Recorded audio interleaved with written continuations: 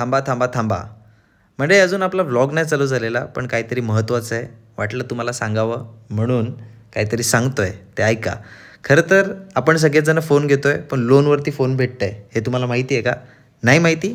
काही टेन्शन घेऊ नका. तुमचा भाऊ आला तर सांगायला सगळं सांगेल. हे बघा, अथर्व मोबाईल शॉप कुठे? अंबाडी नाका. इथे काय मिळणार? तुम्हाला मिळेल लोनवर फोन. आणि हां, तुमचा सिबिल स्कोअर खराब असेल, अरे काही टेन्शन घेऊ नका भावांनो. अथर्व मोबाईल शॉपमध्ये सिबिल खराब असला तरी पण बजाज फायनान्स, IDFC फायनान्स आणि अथर्व फायनान्ससारख्या नामवंतीन कंपनीचे तुम्हाला मिळेल इथे लोन. आणि हां, मोबाईल रिपेअर करायचा असेल तरीही टेन्शन घेऊ नका. अगदी स्वस्त दरामध्ये मोबाईल रिपेअर होईल. त्याचबरोबर तुम्हाला एअरफोन्स, त्याचबरोबर नेकबँड घ्यायचे असतील, प्लस तुम्हाला साऊंड्स हवे असतील आणि स्पेशल ऑफर जुने फोन देखील घ्यायचे असतील तर जुने फोन देखील इथे फक्त 3,000 रुपयामध्ये मिळत आहेत. मग कशाला इकडे तिकडे पळताय? या ना अथर्व मोबाईल शॉपमध्ये. तुम्ही व्हिजिट करू शकता. साईराज कॉम्प्लेक्स फर्स्ट फ्लोअरवरती आल्यानंतर अथर्व मोबाईल्स अंबाडी नाक्यावर कुठेही विचारा, तुम्हाला कोणीही ॲड्रेस सांगेल. एकदा या, एकदा व्हिजिट करा, एकदा याल तर जरूर पुन्हा पुन्हा याल. अथर्व मोबाईलची खरी खासियत आहे. थँक्यू. या, व्हिजिट करा. मंडळी, मी प्रथमेश पाटील बोलतोय, या चॅनलचा ऑफिशियल एडिटर. तर चला करूया आपण ब्लॉगची सुरुवात. गुड मॉर्निंग मित्रांनो. पुन्हा एकदा सर्वांचं सहर्ष स्वागत आहे आपल्या सर्वांच्या लाडक्या चॅनलवरती, ज्याचं नाव आहे TMS द मोहनी शो. खरं तर भरपूर वेळ ब्लॉग नाही आला, कारण की तुम्ही पण इंस्टाग्रामवरती बघत असाल की आता सध्या आपली क्रिकेटचा हंगाम भरपूर जोरात चालू आहे आणि क्रिकेटच्या मॅचेस चालू आहेत, त्यामुळे वेळ तेवढा भेटत नाही. आणि आता फक्त डे टू डे शेड्यूल तोच चालू आहे. टुर्नामेंट्स कंटिन्युअसली चालू आहेत, त्यामुळे फार वेळ भेटत नाही. पण आज ब्लॉग बनवण्याचा रिझन असं आहे की आज आपला जो कॉल आहे, आपण आज इथे आहोत ठाण्याला दादाजी कोंडदेव स्टेडियमला आहे. आणि म्हटलं चला कोंडदेव स्टेडियमला पहिल्यांदा योग आला आहे जाण्याचा. सो एक्सपिरियन्स कसा असेल फर्स्ट टाईम कोंडदेव स्टेडियमचा, सो ते सगळ्या गोष्टी बघण्यासाठी म्हटलं की तो शेअर करूयात एक्सपिरियन्स आपण आपल्या पब्लिकसोबत. त्यामुळे आजचा ब्लॉग बनवतो आहे. सगळ्यांनी कंटिन्यू राहा. भरपूर साऱ्या गोष्टी आहेत, मी हळूहळू तुम्हाला सांगेनच एक गोष्टी. आत्ता सध्या 7 वाजले आणि आपल्याला तिकडे 7:30ला पोचायचं आहे लोकेशनला. सो आता आम्ही निघालो इथून, बाईक पार्क केले, बाईक घेतो, तिकडे जातो.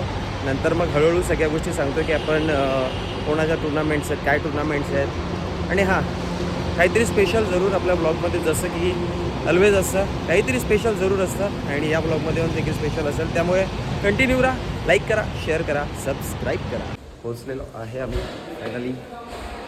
आणि त्यानंतर तुम्ही हा व्ह्यू पहा.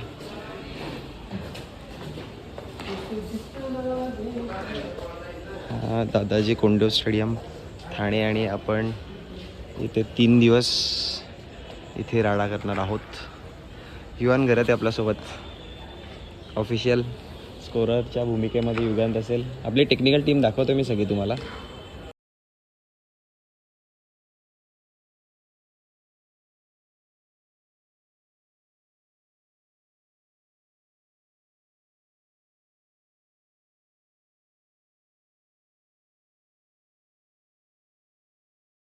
ऑल सेट रेडी आहे सगळं. थोड्याच वेळात मॅच चालू होतील. फर्स्ट मॅचचा टॉस झाला आहे. नाशिक आणि जळगाव आणि नाशिक फर्स्ट मॅच आहे. रेडी. हा मॉर्निंग व्ह्यू. टीमच्या कॅप्टनकडे मॉर्निंग सेशन सकाळचं सत्र आहे. ड्यू फॅक्टर देखील दिसतंय. त्यानुसार तुम्ही 7 ओव्हरच्या मॅचेस काय डिसाईड कराल सर्वप्रथमतः? फिल्डिंग डिसाईड करतो. काय प्लॅनिंग्स असतील या स्पर्धेमध्ये खेळताना? कसा फील होत आहे? इथपर्यंत पोहोचलात तुम्ही, ज्या पद्धतीने सगळं काही इथला ॲटमॉस्फिअर बघताना एक हेल्दी ॲटमॉस्फिअर दिसतोय. आणि कसं फील करते टीमचा पॉझिटिव्हनेस कसा आहे आणि काय बोलाल या मॅचबद्दल? एनर्जेटिक आहे ॲटमॉस्फिअर आणि टीम पॉझिटिव्ह आहे. कमी रनमध्ये रिस्ट्रिक्ट करायचा प्रयत्न करू. एकंदरीत जर बघितलं तर 7 षटकांची मॅच, या मॅचमध्ये आपण 70 अप स्कोर केला. कमी धावांमध्ये रोखण्याचा प्रयत्न कराल. कोणत्या बॉलर्सवरती जास्त अपेक्षा आणि प्लेइंग 11मध्ये कोणाकडनं जास्त तुम्ही अपेक्षा कराल आणि किती धावांपर्यंत रोखायचा प्रयत्न असेल? 60 ते 70मध्ये रोखायचा प्रयत्न करू. अपेक्षा आहे. अक्षय काय म्हणून एक प्लेअर आहे, त्याकडनं अपेक्षा आहे. नक्कीच शुभेच्छा देऊयात आपण नांदेड टीमला.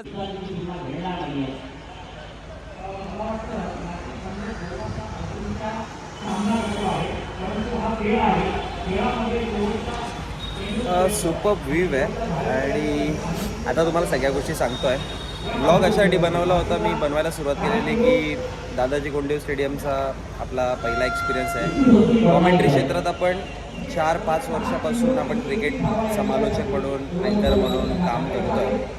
पण प्रत्येक कॉमेंटेटरचा एक माइलस्टोन असतो ना की एखाद्या मोठ्या स्टेडियमवरती कॉमेंट्री करायला मिळणं किंवा एखाद्या मोठ्या स्पर्धेमध्ये कॉमेंट्री करणं. भरपूर मोठ्या स्पर्धा आपण कव्हर केल्यात, पण आज दादाजी कोंडदेवचा जो एक्सपिरियन्स होता तो मला तुमच्यासोबत शेअर करायचा होता म्हणून मी ब्लॉग बनवत आहे. ब्लॉगमध्ये मजा जरूर येईल, भरपूर चांगलं पाहायला मिळेल. आणि मी एक तुम्हाला सांगितलं ना की आपल्या प्रत्येक ब्लॉगमध्ये एक काहीतरी आपण असा ट्विस्ट किंवा एक सरप्राईज असतोच की जे तुम्हाला सगळ्यांना आवडतं. तो देखील काय तो मी सांगेन, कंटिन्यू राहा. पण सध्या मॅच जर बघितला तर सध्या रायगड, पेन, पनवेल, रत्नागिरी, नाशिक अशा स्टेट लेवलच्या मॅचेस आहेत आणि RTO ऑफिसच्या सगळ्या मॅचेस आहेत आणि प्रत्येक जिल्ह्यावरून आपण एक टीम आलेली आहे इकडे. आणि हे अरेंज जे आहे ते ठाण्या टीमने केलेलं आहे. ठाण्या या डिस्ट्रिक्टवरती मॅच आणि प्रत्येक डिस्ट्रिक्ट लेवलच्या मॅचेस आहेत. सो प्रत्येक डिस्ट्रिक्टमधून एक टीम इथपर्यंत आली आहे. भरपूर चांगला क्रिकेट पाहायला मिळतात. आपल्यासोबत पूर्ण ऑफिशियल टीम आहे, पूर्ण पॅकेज आपल्याकडे.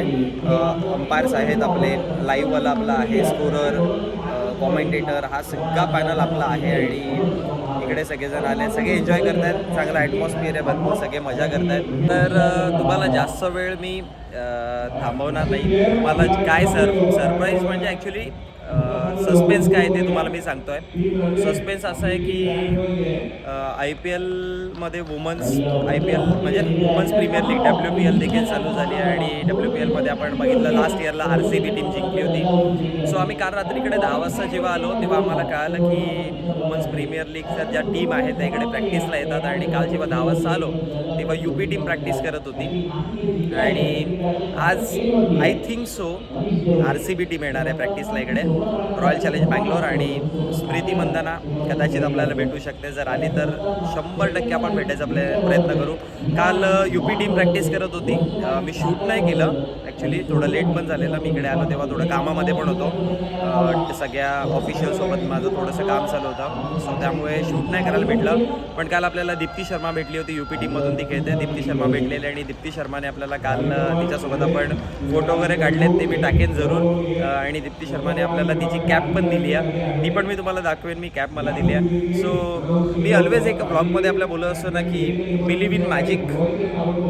अरे आहे भाई, मॅजिक आहे काहीतरी आपल्या लाईफमध्ये, मॅजिक होतं आहे. दादाजी कोंडदेव स्टेडियमला या सीझनला बघा 1 जानेवारी नवीनच चालू झालं आहे 2026. आणि 2026चं वेलकम भरपूर चांगलं आलं माझ्यासाठी.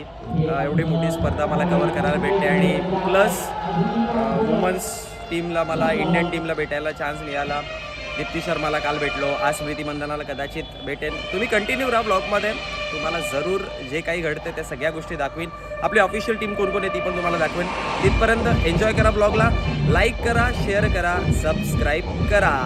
हा जो स्टेडियमचा व्ह्यू आहे ना, सध्या मी वर आलो आहे, वरचा गॅलरीत आहे. आपला कॉमेंट्री बॉक्स खाली तिकडे कॉमेंट्री बॉक्स आहे आपला.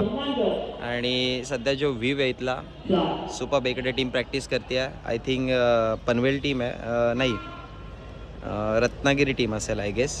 नाशिक या रत्नागिरी समथिंग कोणतरी. पनवेल टीम तिकडे प्रॅक्टिस करते, तिकडे बघू शकाल तुम्ही. आणि सध्या नांदेडची मॅच चालू आहे. नांदेड आणि त्यांच्या अगेन्स्ट कोण आठवत नाही एक्झॅक्टली. हे फ्लड लाईट्स जेव्हा ऑन होईल ना, रात्रीचं सेशन जेव्हा चालू होईल ना, तेव्हा मॅच बघायला आणखी मजा येईल. पण जबरदस्त ॲटमॉस्फिअर, एक हेल्दी ॲटमॉस्फिअर आहे. आणि मी एक्सप्लेन नाही करू शकत की सध्या फिलिंग किती चांगलं आहेत, किती ब्युटिफुल फिलिंग आहेत. ठीक आहे, पण जे आहे ते तुम्हाला मी शेअर करायचा प्रयत्न करेन. फक्त एवढाच तुमच्याकडनं अपेक्षा करतो आहे की बघा, तुमच्याकरिता मी भरपूर मेहनत करतो आहे, चांगला कॉन्टेंट देण्याचा प्रयत्न करतो ऑलवेज. पण तुमच्याकडनं एकच अपेक्षा करेन की यार शेअर करा आपला चॅनल, जरा सबस्क्राईब करायला लावा फटाफट. व्ह्यूज चांगले जातात. लास्ट टाईम मी व्हिडिओ जी टाकली होती दसरा महोत्सवची, व्ह्यूज भरपूर गेले पण सबस्क्राईब जितके मला हवे आहेत ना तितके भेटत नाही. विनंती करतो आहे, चला तुम्ही चॅनलवरती येत आहे, आवडत असेल कॉन्टेंट आपला, असंच नवीन कॉन्टेंट आपल्याला बघायचं असेल, कंटिन्यू राहायचं असेल तर सबस्क्राईब करा. इंस्टाग्राम चॅनलला फॉलो करा. इंस्टाग्रामवरती आपले कंटिन्यू अपडेट असतात, काय करणार आहेत आपण, कुठे प्लॅनिंग्स आहेत आपले, सगळ्या गोष्टी असेल. आणि चला या ब्लॉगला एन्जॉय करा. इथपर्यंत बाय बाय. हा आपला ऑफिशियल टेक्निकल रूम आहे. ही आपली टेक्निकल टीम सगळी जे सगळा वर्क करतात. हे आपली टेक्निकल टीम आहे. आणि आपले DJ on going rocking DJ सध्या फाडतायत. फुल धिंगाणा चालू आहे त्यांचा. बंद करतो, कॉपीराईट लागेल. सोमनाथ कोरे आलेत नवीन बॅटर क्रमांक 3 वरती, जे नॉन स्ट्राईक राईड वरती आहेत. ऑन साईडला खेळायचा प्रयत्न केला, तर क्षेत्ररक्षक पाठीमागे अडवायचा प्रयत्न. सिंगल कंप्लीट केली गेली आणि सिंगलने धाव फलकावरती धाव वाढतीये देखील. धावा जाऊन पोहोचला गेला 34, 34 आकड्यावरती. 5वं षटक मार्गस्थ आहे. 34 धावा, सुरुवात चांगली मिळालेली पण आता विकेट देखील पडलाय, त्यामुळे कदाचित टीम नांदेड संघ आता इकडनं कमबॅक करेल. धावेची गती त्यांना ठाऊक आहे की आता धावेची गती थोडी कंट्रोलमध्ये आणावी लागेल. 50च्या आतमध्ये जर नांदेड संघाने थांबवलं पेन पनवेलला, तर मी म्हणेन की सेकंड इनिंग जेव्हा दुसरं सत्र चालू होईल तेव्हा डिफिकल्टीज येतील. पुन्हा एकदा डिफेन्स करताना अगदी सॉफ्टली एक सिंगल कंप्लीट केली आहे तिकडे आणि एका सिंगलच्या मदतीनं धावा देखील वाढल्यात. 35 आकड्यावरती जाऊन पोहोचला गेला. 5वं षटक चालू असताना मंगेशला आपण पहिल्या षटकात पाहिलं, त्यानंतर सुनील आला होता, त्यानंतर 3ऱ्या षटकामध्ये गणेश आला. 4थ्या षटकामध्ये सुनीलला आपल्या स्पेलचं दुसरं षटक हाताला पुन्हा बॅक केलं आणि 5व्या षटकामध्ये मंगेश देखील जो पहिल्या षटकामध्ये दिसला होता त्याला पुन्हा एकदा कॅप्टनने बॅक केलाय. सो टीम नांदेड संघाची एक प्रॉपर स्ट्रॅटेजी दिसते. प्लॅनिंग्स भरपूर चांगल्या पद्धतीने दिसतात. म्हणतात ना की फक्त प्लॅनिंग्स करून फायदा नाही आहे, त्या प्लॅनिंग्स परफेक्टली एक्झिक्यूट जे करताय ना ते बनवले पाहिजे. जे प्लॅनिंग्स बनवलेत ते एक्झिक्युशन परफेक्ट करता आलं पाहिजे, तर तुम्ही एक पाऊल पुढे आहात. आणि सध्या तरी टीम नांदेड संघाचं तेच दिसत आहे. स्टार्टिंगला स्ट्रगल केलं, चौकार आला आणि त्यानंतर आता अंपायरचा इशारा येतोय वाईडच्या स्वरूपामध्ये अतिरिक्त धाव मिळेल आणि अतिरिक्त धावेच्या मदतीनं धाव फलक वाढताय. धावा जाऊन पोहोचला गेला. किती झाला? 62. फुल टॉस आहे पायावरती. अपील स्ट्रॉंग पण नाही, लाईन मध्ये इम्पॅक्टच करत नव्हता. पाठ देखील इन्व्हॉल्व होते आय गेस आणि त्याच्याचमुळे जर बघितलं तर गेलं तर हा डॉट बॉल आहे. डॉट बॉल इम्पॅक्ट करेल जरूर, पण एक मोठा फटका आलाय त्यामुळे बॉलर्सच्या मनामध्ये एक दुविधा जरूर असेल की मोठे फटके येतील की काय या षटकामध्ये. आणि अंतिम षटकामध्ये ऑलवेज टीमचं स्ट्रॅटेजी हीच असते की अंतिम षटकामध्ये जास्तीत जास्त धावा पळून काढण्याचा प्रयत्न जरूर त्यांचा असेल. ऑन साइड आपण पाहू शकाल, ज्या पद्धतीनं स्क्वेअर लेग पाहतो, फाईन पाहतो, बेडॉन पाहतो, इस्टा कबड्डी पाहू शकाल. त्यानंतर wide player of the tournament आणि बेस्ट बॅट्समन अशा पद्धतीचं हे मैदान पाहायला मिळतंय. आणि इथे 17 धावसंख्या टोटल्स पाहायला मिळते.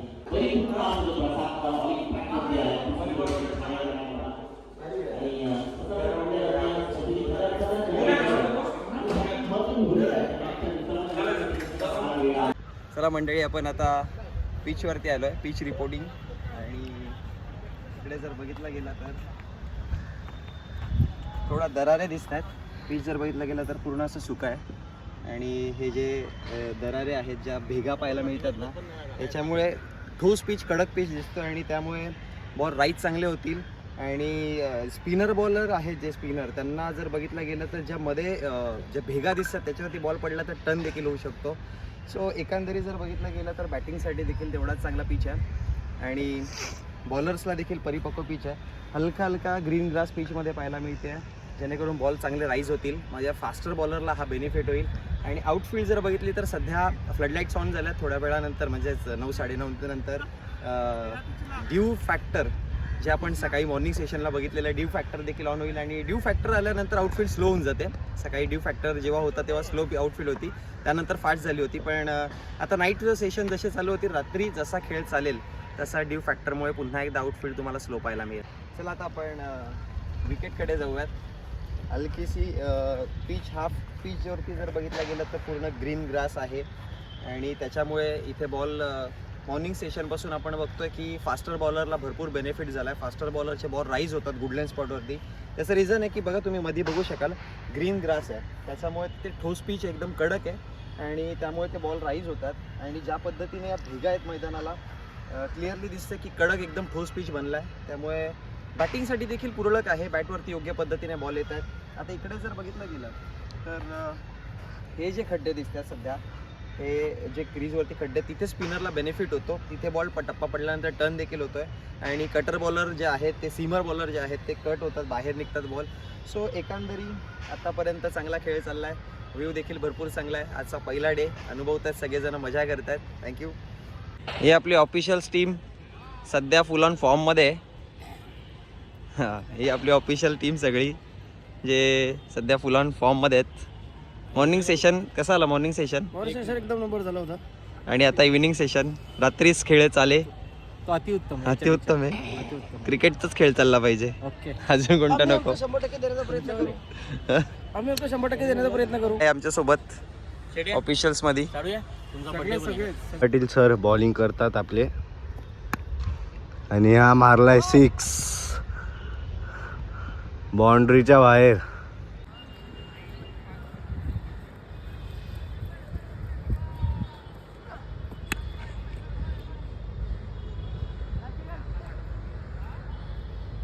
पाहू शकता हँड असताना दोन्ही ऑफिशियल बॉल्स वाडा टेनिस आणि एका साईडला favourite tennis Balan Pawar and Praveen मंडळी, सध्या तुम्ही ज्यांना टी व्ही स्क्रीनवरती बघताय हे निलेश कुलकर्णी सर आहेत आणि हे भारतीय पहिले असे खेळाडू आहेत की ज्यांनी श्रीलंकेच्या अगेन्स्ट खेळत असताना भारताच्या टेस्ट डेब्यूमध्ये पहिल्या बॉलवरती पहिला विकेट घेण्याचा रेकॉर्ड केला आहे आणि भरपूर काळ त्यांनी भारतीय संघासाठी त्यांचं योगदान दिलं आहे. ते निलेश कुलकर्णी सरांना आपण बघतोय आणि त्यांच्यासोबत छोटीशी मुलाखत देखील घेतली आहे, ती देखील ऐका. आणि ज्या म्हणजे खूप छान प्रमाणे सर्व अधिकारी वर्गांपासून सर्व स्टाफनी जी मेहनत घेतली ती दिसते.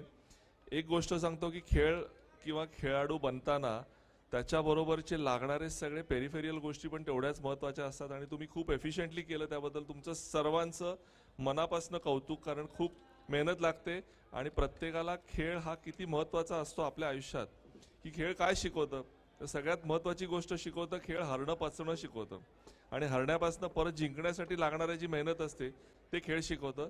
त्यामुळे तुमच्या ज्या 12 तासाच्या ड्युट्या असतात त्यातनं वेळ काढून तुम्ही सगळ्यांना जे खेळवताय आणि त्यांना खेळाचं महत्त्व पटवून त्यातनं जे फायदे करवताय त्यासाठी खूप खूप अभिनंदन. थँक्यू. भरपूर चांगलं मोलाचं त्यांनी आपल्यापर्यंत पोहोचवलं गेलं. आणखी एक क्वेश्चन तुम्हाला विचारेन. यंग जनरेशन जे आता सध्या स्पोर्ट्समध्ये जर बघितला, टेनिस क्रिकेटला देखील भरपूर ग्रोथ आहे, लेदर क्रिकेट देखील, ॲज वेल ॲज टेनिस क्रिकेटमध्ये ISPL जो फॉर्मॅट सर आता नवीन क्रिएट झाला आहे त्याबद्दल काय म्हणायचा प्रयत्न असेल? माझी अशी इच्छा आहे की काही ज्या एखाद 2 मॅच मी आत्ता बघितल्या, माझी अशी पर्सनल इच्छा आहे की तुमच्यामधले खेळाडू ISPLला खेळताना दिसले पाहिजेत. तर त्या दृष्टीने जे काय तुम्हाला करायचं आहे किंवा त्या खेळाडूंना एनकरेज करायचं आहे ते तुम्ही जरूर करा. कारण आज तो प्लॅटफॉर्म जो उपलब्ध झाला आहे, चांगल्या खेळाडूंना एनकरेज करून पुढे प्लॅटफॉर्म मिळाला, त्याच्यात सचिन तेंडुलकरपासून सगळे मोठे खेळाडू पण जुडले गेले. आता सौरव गांगुलीनी पण असोसिएट केलेलं आहे. तर तुमच्यापैकी बरेचसे खेळाडू जे चांगले आहेत, माझी अशी विनंती आहे तुमच्या सगळ्या अधिकारी वर्गांसकट सगळ्यांना की ते चांगले खेळाडू आयडेंटिफाय करा आणि त्यांना ISPLसाठी प्लॅटफॉर्म देण्यासाठी जे जे करायला लागतं ते प्लीज करा. माझ्याकडनं जी मदत असेल ती मी नक्की एक्सटेंड करेन. नक्कीच. Thank you so much. मोलाचं मार्गदर्शन आपल्यापर्यंत पोहोचवलं. Thank you Nilesh sir. आणि मंडळी, जेवणाचा कार्यक्रम डिनर चालू आहे आणि सगळे आमचे ऑफिशियल्स ज्या पद्धतीने आपण पाहतोय ना की इंडियन डगआउटमध्ये कसे सगळे मॅच बघता बघता जेवायला बसतात, as it is same experience आहे. युगांत काय बोलशील, कसा एक्सपिरियन्स आहे? समोर तू दादाजी कुंडेव स्टेडियमला समोर मॅच पाहतोयस आणि इकडे बसून तू जेवण करतोय, काय फील होता? भारी फिलिंग वाटते. भारी वाटतं ना. ॲटमॉस्फिअर सुपर्ब आहे. म्हणजे एका बाजूने इकडे जेवतोय, जेवणामध्ये पण व्हेजच आहे, चालू दे, आज शुक्रवार आहे पण आता काय चालेल. शाकाहारी खाल्ल्याने पौष्टिक आहार खातोय आणि इकडे जेवण आणि त्याबरोबर इकडे समोर matches. So super feeling, great feeling. सध्या आपण दादाजी कुंडेव स्टेडियमचा हा मेन डोअर आहे, त्याचा हा एंट्रन्स पाहतो आपण. इथे पहा, Virat Kohli, Faf du Plessis, Dinesh Karthik, Glenn Maxwell, Mohammed Siraj, Harshad Patel, Josh Hazlewood, David Willey, Shah Shahbaz Ahmed आणि हसरंगा, त्यानंतर Rutherford, Will Allen, Karan Sharma, Siddharth कौल.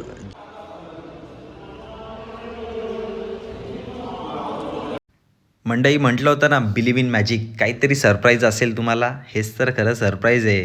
दादाजी कोंडदेव स्टेडियमला आलो आणि तिकडे आल्यानंतर काय भाई, काल आपण निलेश कुलकर्णी सरांना भेटलो, जे इंडियन टीम प्लेयर होते. त्यानंतर आज सकाळी सुबोध भावे सरांना भेटलो आहे आणि फक्त भेटलो नाही तर त्यांच्यासोबत आपण इंटरव्ह्यू देखील त्यांचा घेतला आहे, त्यांच्यासोबत आपण चर्चा देखील केली आहे. हेच तर नवीन वर्षाची सुरुवात आहे. बिलीव्ह इन मॅजिक कोणासोबत? सुबोध भावे सरांसोबत. क्या बात आहे.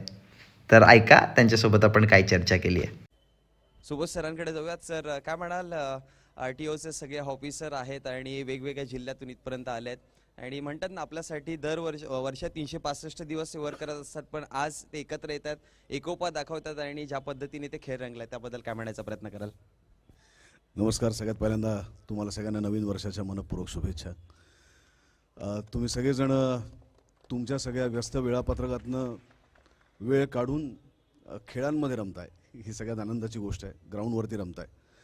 मी आत्ता विचार करत होतो की समजा तुमच्याबरोबर मॅच खेळायची वेळ आली तर मी तिथे पिचवरती 8च्या आकड्यात पळीन, कारण RTOमध्ये गेल्यानंतर आम्हाला तशीच सवय आहे.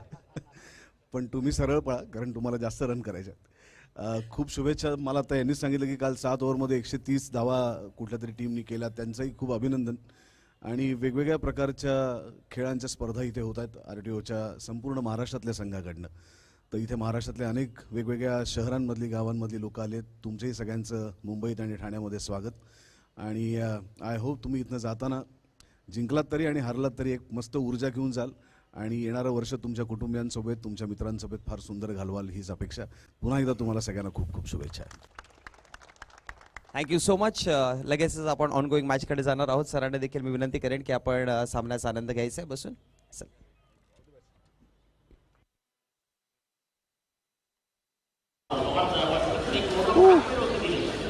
गुड मॉर्निंग मित्रांनो.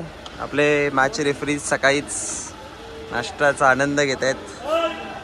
सुपर व्ह्यू, आणि या व्ह्यूमध्ये नाश्ता करते कसं वाटतंय? अतिशय सुंदर. असा काम आहे, काम गणपतदाचा टनाटन काम आहे. चला, स्टेडियममध्ये बसून असं नाश्त्याचा व्ह्यू सध्या आम्ही घेतोय. सकाळीच कांदा पोहे आणि पावभाजी. हां मंडळी, नमस्कार. आजचा दिवस दुसरा आणि दुसऱ्या दिवसामध्ये पुन्हा स्वागत आहे आपला. नुकताच सुबोध भावे सर आले होते आणि आम्ही त्यांना सगळ्यांना भेटलो. आमचे ऑफिशियल्स मी देखील भेटलो. व्हिडिओ आहे माझ्याकडे, ती कॅप्चर केली आहे, मी टाकेल जरूर. पण भरपूर चांगला ॲटमॉस्फिअर आहे इकडे. काल कुलकर्णी सर आले होते, आज सुबोध भावे सर आले. आणि कुलकर्णी सर खरं तर इंडियाचे पहिले असे बॉलर आहेत की ज्याने टेस्ट डेब्यूमध्ये पहिल्या बॉलवरती विकेट घेतला होता आणि इंडियाचे फर्स्ट बॉलर ठरले होते की ज्याने टेस्ट डेब्यूमध्ये पहिल्याच बॉलवरती विकेट घेतलेला. श्रीलंकेच्या अगेन्स्ट कोलंबो इथे मॅच होती आणि त्याने 3 सिरीजमध्ये टोटल 13 विकेट घेतलेले इंडियन टीमकडनं खेळताना. सो ते कुलकर्णी सर देखील काल आम्हाला भेटले. आज मराठी चित्रपटा सिनेसृष्टीमधला हिरा सुबोध भावे सर आले होते, ते देखील भेटलेले. सो एकंदरी भरपूर चांगलं चालू आहे आणि तुम्ही बघू शकाल सध्या नाश्ता करत आहेत आमचे सर. आणि हा सगळा व्ह्यू मॉर्निंग सेशन आणि मॉर्निंग सेशनमधली दुसरी मॅच चालू आहे. जोडत राहू, अजून भरपूर गोष्टी होतील. कंटिन्यू राहा, भरपूर काही होईल ते दाखवत राहील. चलो, बाय बाय.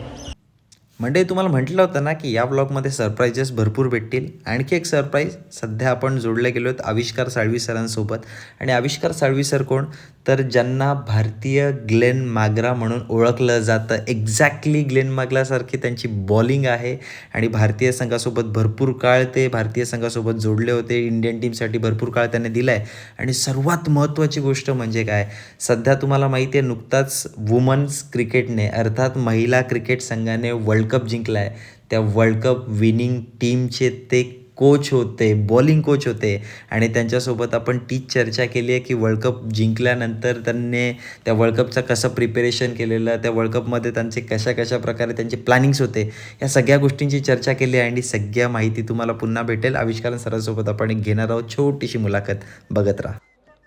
तर आपण मंडळी साळवी सरांसोबत जॉईन झालो. आपण साळवी सरांना जसं की काल देखील आपण भरपूर इथपर्यंत खेळाडू पोहोचले होते भारतीय संघाचे, त्यांच्यासोबत चर्चा केली. आपण साळवी सरांसोबत देखील चर्चा करूयात. सर काय म्हणाल, जेव्हा भारतीय महिला संघ मेगा फायनलमध्ये गेला होता ती मोमेंट कशी होती तुमच्यासाठी? कारण की भरपूर वर्ष महिला संघ मेहनत करत होते, पण ती वर्ल्ड कप कुठेतरी हवा होता भारतीय संघाला. आणि ती मोमेंट काय होती की जेव्हा तुम्ही फायनलमध्ये गेले आणि जेव्हा ती फायनलची ट्रॉफी तुमच्यापर्यंत आली, ॲज अ टीम कोच काय म्हणायचा प्रयत्न कराल?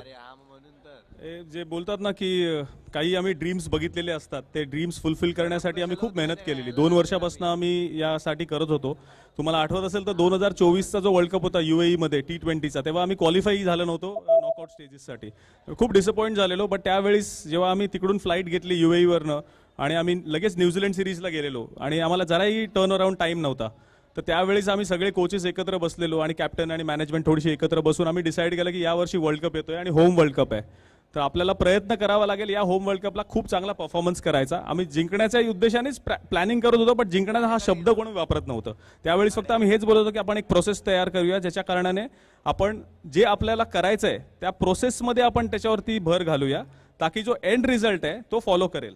तर त्या हिशोबाने आम्ही आमची प्रिपरेशन चालू ठेवलेली आणि एक गोष्ट ठरवलेली की पुढची 6 महिने आम्ही एकमेकासाठी अवेलेबल राहू, पुढची 6 महिने आम्ही कमिटेड राहू, पुढचे 6 महिने आम्ही जे काय लागेल भारतीय संघाला पुढे घेऊन जाण्यासाठी, जे काही सॅक्रिफायसेस करायला लागतील as a personal front, as a professional front, ते आम्ही करू, पण आम्ही एकत्र राहून ही टीम पुढे घेऊन जाऊ, हे आमचं मेन माइंडसेट होतं.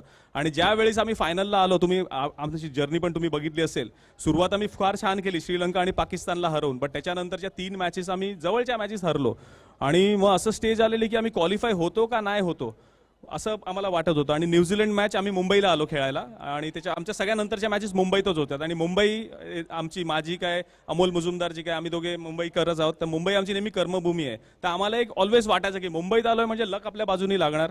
आम्ही ऑब्व्हियसली सिद्धिविनायक देवळाला ही जाऊन आलो, मुंबादेवीलाही जाऊन दर्शन देऊन आलो. मॅचच्या आदल्या रात्री आम्ही जायचो, हे आम्ही आणि अमोल नक्की नेहमी जायचो आणि देवाची फार हे करायचो, बाबा आमच्या पाठीशी उभा राहा. आणि ती न्यूझीलंड मॅच जी होती ती जिंकल्यानंतर आम्हाला असं वाटलं की नाही आता काहीतरी स्पेशल होणार आहे. मग त्याच्यानंतर बांगलादेश गेम होती, ती रेन एफेक्टेड झाली आणि म्हणजे ते न्यूझीलंड मॅच जर रेन एफेक्टेड झाली असेल आम्ही बाहेर गेलो असतो, पण न्यूझीलंड मॅच जिंकल्यानंतर आम्हाला वाटलं काहीतरी मॅजिक होते. बांगलादेश मॅच आम्ही डॉमिनेट केली, बट मॅच वॉशआउट झाली इव्हेंच्युअली. मग ऑस्ट्रेलिया गेम आली, त्या गेमला ऑस्ट्रेलियाने चांगले रन केलेले आमच्या अगेन्स्ट, 340 रन केले, 330 रन केलेले. आणि आम्हाला तरी वाटत होतं की त्या लोकांनी 40 रन कमी केलेत, कारण ती विकेट एवढी फ्लॅट होती. आम्हाला आधीच माहिती होतं, आता बॉलिंग कोच आहे म्हणून मी हे बोलत नाही, बट आमच्या सर्वांचं हे सहमत होतं की बाबा असंच आहे की विकेट खूप फ्लॅट आहे आणि जेवढे पण करू तेवढं आपल्याला चेस करायला लागतील. साधा एक किस्सा सांगतो, सगळे आहे तिकडे जास्त वेळ क्रिकेटचा हे आहे म्हणून. त्या मॅचला जेव्हा 330 झाले आणि आम्ही बॅटिंग करायला जाणार त्याच्या आधी आमची फॅमिली सगळे वरती VIP स्टँडमध्ये बसलेले. तर फॅमिलीज तर सोडून द्या, फॅमिलीज बरोबर तिकडे जेवढेही लोक होते सगळे जण एकच गोष्ट बोलत होते की हे आराम से चेज हो जाएगा, हे 330 आहेत ना, हे आरामात चेज होईल, फक्त या लोकांनी प्रेशर नाही घेतलं पाहिजे. म्हणजे पब्लिकला पण माहिती होतं, म्हणजे तो विश्वास होता पब्लिकला. आणि मग त्याच्यानंतर जेव्हा फायनलला आलो आणि जेव्हा साऊथ आफ्रिका आली, तर तेव्हा आम्हाला माहिती होतं की बाबा आज काहीतरी मॅजिक घडणार आहे. आम्ही त्याच्या म्हणजे फायनलच्या आधीच आम्ही भरपूर काही गोष्टी अशा करून ठेवलेल्या की आम्हाला माहिती होतं की आम्हाला संध्याकाळी जे सेलिब्रेट करताना या गोष्टी आम्हाला यूज करायला लागतील. जसं चॅम्पियन्सचं T-शर्ट आम्ही ऑर्डर करून ठेवलेलं, तर या गोष्टी आम्ही सगळ्या आधीच करून ठेवलेल्या. बट शेवटी काय असतं, जोपर्यंत ती ट्रॉफी हातात येत नाही तोपर्यंत तुम्ही म्हणजे विजयी घोषित होत नाहीत. बट कारण 2005 मध्ये आणि 2017 मध्ये अशी संधी आलेली की इंडियन टीम फायनलला आलेली, बट हरलेलो आपण तेव्हा चांगलं खेळून पण. आणि बघायला गेलं तर 52 इयर्स नंतर नवीन चॅम्पियन मिळाला भारत ICCला आणि वर्ष पण होतं 2025. तो 52 आणि 25 ते पण एक कोइन्सिडन्स आम्हाला तेव्हा मिळालेलं. जसं आम्ही नंतर गंमत म्हणून बोलत होतो, पण फार अतिशय म्हणजे बोलतात ना सुखद अनुभव होता तो. भरपूर चांगलं योगदान तुम्ही देखील भारतीय संघाला दिलं, कारण की म्हणतात ना की कोचची भूमिका भरपूर चांगली असते, कारण की कोच पुढे घेऊन जात असतो. एक छोटासा आणि शेवटचा क्वेश्चन तुम्हाला विचारेन की यंगस्टर बॉलर जे आहे, टेनिस क्रिकेट म्हणा, लेदर क्रिकेट म्हणा, ते यंगस्टर बॉलर जे तयार होतात त्यांना काय मार्गदर्शन करायचा प्रयत्न कराल? सर्वप्रथम जे पण बॉलर असतील, बॅट्समन असतील, त्यांना मी एकच मार्गदर्शन करीन की हार्डवर्क जे असतं त्याला काही सबस्टिट्यूट नसतं. हार्डवर्क आणि स्मार्ट वर्क ह्या 2 गोष्टी एकत्र जर कॉम्बिनेशन तुम्ही केलं, हार्डवर्क तर सगळेच करतात, ज्याला म्हणजे तुम्हाला एक दिशा, म्हणजे तुम्ही काही करताना एक गोल सेट करा. गोल सेट केल्यानंतर म्हणजे एकदा विजन सेट झाल्यानंतर तुम्ही प्लॅनिंग करू शकता. आणि मग त्याच्यानंतर तुमचं हार्डवर्क आणि स्मार्टवर्क येतं. तर मी सगळ्या यंगस्टर्सना एकच गोष्ट सांगतो की कितीही परिस्थिती तुमच्या बाजूनी नसेल, काहीही होत असेल, तुम्हाला असं वाटत असेल की आता मी क्रिकेट सोडून देतो, but that is the time to push yourself. That is the time to actually think की मी बरोबर राईट दिशेला मी आहे की नाही, माझा गोल मी सेट केला तो बरोबर आहे की नाही, माझं प्रोसेस जी मी सेट केली ती बरोबर आहे की नाही. मोठ्यांचं मार्गदर्शन घ्यावं, बट हार्डवर्कला सबस्टिट्यूट नाही आहे. म्हणजे तेच एक मी सगळ्यांना सांगतो की सगळ्या बॉलर्सना. धन्यवाद सर, मोलाचं मार्गदर्शन दिलं. मी मंडळी नमस्कार, पुन्हा एकदा सर्वांचं सहर्ष स्वागत आहे आपल्या चॅनलवर. खरं तर आजचा दिवस तिसरा आहे आणि कालचा दुसरा दिवस मी फार जास्त शूट नाही केलेला, पण कालचा दिवस भरपूर स्पेशल होता. आणि जसं की म्हटले ना, बिलीव्ह इन मॅजिक, या इयरची सुरुवात आपल्यासाठी खरंच चांगली झाली आहे. कारण की कालच्या दिवसामध्ये आपण सुबोध भावे सरांना भेटलो, मराठीचे भरपूर मोठे दिग्दर्शक ते आले होते. त्यांच्यासोबत आपण गप्पा चर्चा भरपूर वेळ केली आहे. त्यानंतर आविष्कार साळवी सर, जे इंडियन एक्स क्रिकेटर आहेत आणि ॲज वेल ॲज जो आपला इंडियन वुमन क्रिकेट टीम जी आहे ती वर्ल्ड कपमध्ये ज्यांनी फायनल मारली, तिचे बॉलिंग कोच आहेत ते आविष्कार साळवी सर देखील आलेले. त्यांच्यासोबत पण आपण चर्चा केली. त्याचबरोबर निलेश कुलकर्णी सर आले होते. ते देखील इंडियन एक्स क्रिकेटर आहेत, ज्यांच्या नावावरती रेकॉर्ड आहे. भारतीय पहिले असे गोलंदाज आहेत की त्यांनी पहिल्या बॉलवरती डेब्यूचा पहिला बॉलवरती विकेट घेतला होता अगेन्स्ट श्रीलंकेचे. ते देखील आपल्याला भेटलेले आहे आणि त्यांच्यासोबत पण आपण गप्पा चर्चा केली आहे. आणि ते आहे मी रेकॉर्ड, मी तेही देखील टाकेल मी मध्ये तुम्ही बघू शकाल. पण ज्यांनी अजूनपर्यंत आपला व्लॉगला सबस्क्राईब नसेल केलेलं आपल्या चॅनलला, तर फटाफट सबस्क्राईब करून घ्या. चॅनल शेअर करा, लाईक करा. आणि जसं की तुम्हाला मी म्हटलं होतं की जी UPची टीम इथे प्रॅक्टिसला येते आहे वुमन्स IPL क्रिकेटची, वुमन्स प्रीमियर लीगची. सो ती काल आली होती, पण ॲक्च्युली आम्ही थकलो होतो भरपूर आणि कालचा दिवस जास्त लोड होता, त्याच्यामुळे मी थांबलो नाही. पण होप सो आज पुन्हा येणार आहे टाईम. आज मी तुमच्यासाठी नक्की थांबायचा प्रयत्न करेन. त्यामुळे त्यासाठी सगळं काही बघायला जोडून राहा. सकाळी फार जास्त काय बोलत नाही, भेटतो तुम्हाला थोड्या वेळामध्ये. लगेच थांबा, जाऊ नका कुठे, संपूर्ण व्लॉग बघून जा. Bye bye. म्हणजे जसं की तुम्हाला म्हटलं होतं की वुमन्स प्रीमियर लीगच्या आपण टीमला भेटणार आहोत. UP वॉरियर्स तिथे जी प्रॅक्टिसला होती. अनफॉर्च्युनेटली आम्ही त्यांना भेटलो, त्यांच्यासोबत भरपूर वेळ गप्पा केल्या. पण सीन असं होतं की फॉर सिक्युरिटी पर्पज तिकडे फोटो काढणं आणि व्हिडिओ काढणं स्ट्रिक्टली अलाउड नव्हतं, त्यामुळे पॉसिबल नाही झालं. पण ठीक आहे यार, एवढं चांगल्या सगळ्या गोष्टी आपल्यासोबत झाल्यात, एक गोष्ट नाही झाली तर एवढं काय त्या मनावर घ्यायचं. नेक्स्ट टाईम बाई त्यांच्यासोबत नुसतं भेटायचं, फोटो काढायचा नाही बाई, चर्चा करू, फुल धमाल करू, राडा करू, काही हरकत नाही. पण ही जी सध्या आपण कॅप पाहतो आहे, जी मी म्हटलं होतं की दीप्ती शर्माने मला कॅप दिली आहे, हीच ती कॅप आहे UP वॉरियर्स टीमची. आणि thank you so much Deepti ma'am की जे मला कॅप तुम्ही दिली आहे. बाई यापेक्षा प्राऊड फील काय करतो आपण. आज या वर्षाची सुरुवात आपली चांगली झाली. आपण एवढ्या मोठमोठ्या व्यक्तींना भेटायला भेटलं, भरपूर क्रिकेटर प्लेयर्स असतील, ॲक्टर्स असतील, सगळ्या गोष्टी. मग आता एवढं सगळं करतो आहे, तुम्ही काय करायचं आहे? लाईक करायचं आहे, शेअर करायचं आहे, सबस्क्राईब करायचं आहे. केलेलं नाही आहे मला माहिती आहे, फटकन करून घ्या, विषयच एंड करा. मंडळी घरी आलो आहे आणि जसं की प्रत्येक ब्लॉगचा एंड आपला घरातूनच होत आहे, या ब्लॉगचा एंड देखील आपण घरूनच करणार आहोत. तुम्ही सगळं बघितलं आहे या ब्लॉगमध्ये, काय केलं आहे, कोणाला भेटले, कोणाला नाही भेटलेलं, किती धमाल केली आहे, तुम्हाला तर सगळ्या गोष्टी माहिती आहेत. आय होप तुम्हाला हा ब्लॉग आवडला असेल, आपला कंटेंट आवडला असेल. काहीतरी वेगळं करायचा प्रयत्न करतो आहे. सपोर्ट तुमचा हवा आहे मला, कारण की ज्या मी अपेक्षा करतो तुमच्याकडनं की सपोर्ट करा, सपोर्ट करत राहा. एक आपण माइलस्टोन ठेवणार आहोत जो आपला कंप्लीट झाला सबस्क्रायबरचा, तर त्यासाठी एक सरप्रायझिंग गोष्ट असेल ती तुम्हाला नेक्स्ट व्लॉगमध्ये पाहायला नक्की मिळेल. त्यासाठी नेक्स्ट व्लॉगमध्ये पण देखील जोडून राहायचं आहे. व्लॉगला सबस्क्राईब करा, बाजूला बटन आहे सबस्क्राईबचा, बेल आयकन देखील दाबा, जेणेकरून आपला व्लॉग आल्यानंतर लगेचच नोटिफिकेशन येईल. आणि महत्त्वाची गोष्ट, यार आपला हक्काचा चॅनल आहे, शेअर करा तुमच्या ओळखीच्या लोकांपर्यंत आणि त्यांना पण सांगा सबस्क्राईब करा. आपण व्लॉगला दरवेळेस एंड जशा पद्धतीने करतोय पुन्हा एकदा त्याच प्रकारे करणार आहोत, पण आज काहीतरी वेगळी गोष्ट असेल. आज व्लॉगला मी नाही एंड करणार, आपला एडिटर आहे तो करेल. तर चला मग करूया ब्लॉगला एंड. अस्तला विस्तला हो.